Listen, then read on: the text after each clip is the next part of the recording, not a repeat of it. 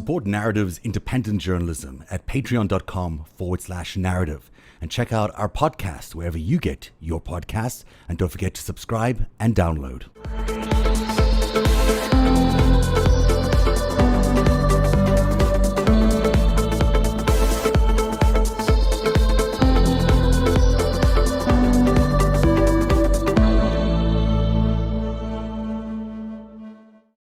And we're back live on Narrative Live, where earlier on we went to New York City, where our correspondent Daniel Montelengo was sharing with us his experiences as New York had a moment of connection, I guess, after a couple of weeks of no connection. And that involved them getting up on their ceilings or on their balconies or wherever and clapping. Daniel, tell us a little bit more about what happened there. Hey, Zev. Yes, so about an hour and 15 minutes ago, hour and a half ago, New Yorkers at 7 p.m. got onto their balconies, got onto the rooftops, and started cheering on essentially all essential workers, everybody ranging from the grocery restocker to the emergency room, nurses to NYPD. Everybody was able to participate in something that brought the city together and was able to clap and support these people for a couple minutes in New York. It was just a spontaneous moment that was spread over through social media in the last couple of hours earlier today, and New York City was able to pull something together, and everybody was just cheering the people who are the most critical to us in this time right now on. Let's take a listen to what it sounded like. Healthcare workers! Policemen! It really does sort of break your heart to think that New York City is going through this again because, you know, it's been ground zero before. And yet, again, the essential workers, the people on the front lines are the people who seem to be bearing the brunt of what's going on. So that moment of appreciation must be pretty heartfelt for everyone in the city.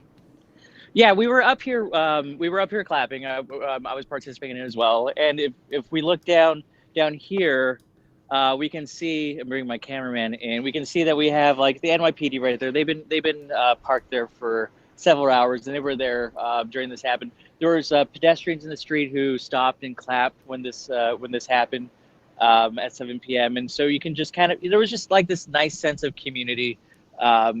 If you stopped and you like listened to what was going on around you, you can hear the echoes down 7th Avenue, down the other streets.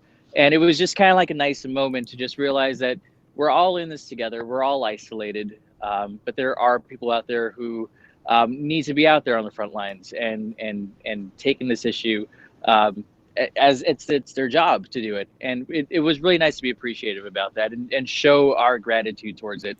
A little side note, a little personal anecdote. Earlier today, I had a shipment of gloves come in. Protective gloves. I had actually 1,000 come in, and I didn't realize how much it was. And I had boxes of gloves. I had 10 boxes, and I took. There's a hospital right up the street. I was able to take a couple boxes there and give it to them, and then a couple of boxes at another hospital emergency service room. And they were very appreciative. They were like, "Thank you so much. We needed this. If I could give you a hug, I would give you a hug." And it was nice to know that I was able to like do something to help, because these people on the front lines need that support, especially when they're facing such trauma and such difficulties right now with getting supplies that they need. Yeah, and also just, you know, because everyone's so isolated, going home at night and dealing with all of that trauma on your own is just, even more traumatizing. And one of the things that really does touch me so much about what's been going on is, I was in a hospital there a few weeks ago. I thought I might have had coronavirus. I don't. I got checked when I came back to Canada here. But at the time, I went to the Roosevelt Hospital, the Mount Sinai on 10th Avenue.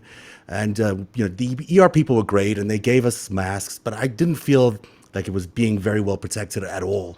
And just read yesterday that one of the nurse managers there passed away from coronavirus, that he contracted probably around the same time as I was there. So, it's my feeling back then was that they don't have enough protection, and they did have gloves and they did have some protective wear. I can't imagine what it's like without brand new pairs of gloves or masks for every time a new patient comes in, which is what is required, but they're not able to do that. It's kind of boggles the mind that that's happening in New York City.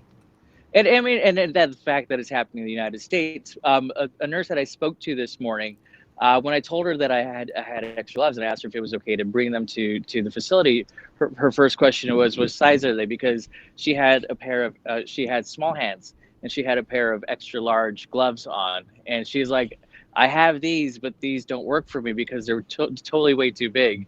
And you look at her and they're massive on her, and yeah, I told her that mine were large, but the size that I had on were the same ones. She goes, "Those look like they'll fit me better. If you could bring those by, it would help me so much." And just to know that they're working with what they're given.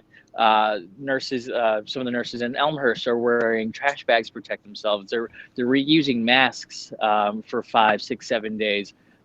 It's just a difficult situation that they're in, but coming back to what happened at 7 p.m. today, New York City does appreciate the work that they're putting in and does appreciate them. And it was a nice moment to show that we do care and we are here for you. And what's striking to me is how much New Yorkers seem to be reminding everybody that they exist and they matter, because the president still seems to have got this sort of, I don't know if it's a chip on his shoulder or what's stopping him from being more emotive or human about this, but he seems to be so cold about what's going on in New York, and it's heartbreaking to see on TV and elsewhere that these nurses have to go on TV to plead with their president to get just even the basic supplies. It does seem like Governor Cuomo is doing a fantastic job, and I think as we look at the next few weeks, there will be a lot more facilities and hospital beds available. But the getting there has been tough for everybody. Yeah, and the Javits Center is currently being converted into a hospital, I guess you can say. They're bringing in beds, they're bringing in equipment, but the fact that we're, as New Yorkers, we're lucky to have the resources that we have as a state. But if this epidemic hits other states that don't have the resources as New York State, as New York City does, it's going to be a really hard time for those hot spots to combat this issue. And it's kind of scary.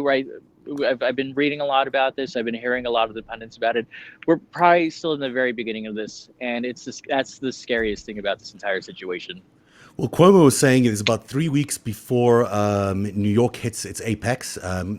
That's the apex. It's still going to come down, but that's where their models are going. It really depends on how well people observe these social distancing efforts and whether people stop traveling. If people stop traveling from New York to other parts of the country, it could stop some of the flow. As much as I think a third of all COVID confirmed cases in the United States are in New York City. So that's a significant, not even a cluster, it's a huge outbreak. And yet we're seeing that being fairly contained. Now there are new outbreaks in New Orleans and in Chicago and in Detroit that they're starting to look at carefully. And all of these seem to be around urban centers as well, which is interesting. But hopefully all that you're going through in New York is preparing everybody else to do what they need to do to fight it when it starts growing in their areas. Yeah, and hopefully the other states and the other counties are taking note about what we're experiencing here, and will be able to better prepare themselves and hopefully have the resources by that time, if and when they do have these issues, that they'll have the resources that New York State and New York City doesn't have at the moment, but we're hopefully getting. Hopefully so. We'll keep in touch throughout this whole ordeal, and stay strong, be well, look after everybody. It's really nice of you to give those gloves to those nurses. If there's anything else that you think people need, feel free to share it on here, and or share it with me, and I'll put it out on Narrative, and we'll keep in touch. But thank you very much for sharing today's moment. I think it was a really beautiful moment to see New Yorkers come out. It reminded me a little bit of what Italy was trying to do.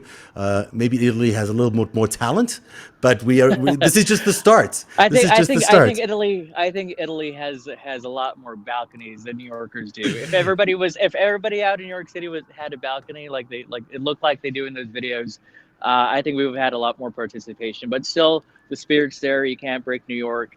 The people of New York are resilient people, and I think we'll get through this. It'll be a tough time, but we'll get through this. I have no doubt you will get through it. And thank you very much, Daniel. Thanks for sharing your thoughts and your video. We'll play the whole video as we say goodnight on Narrative tonight. And thanks for joining us. Thank you. Cheers. Take care. Cheers, you too.